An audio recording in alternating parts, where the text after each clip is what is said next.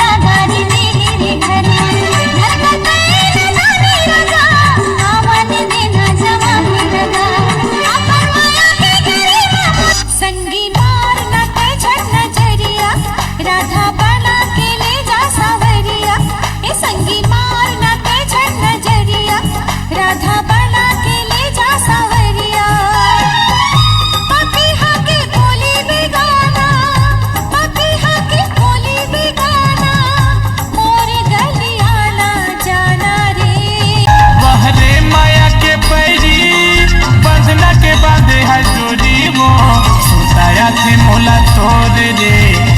लुका के तिल्ला वाली सुताया थे मोला तो डारे नजर काबर आखी माहो मारे मंतर काबर छाती माहो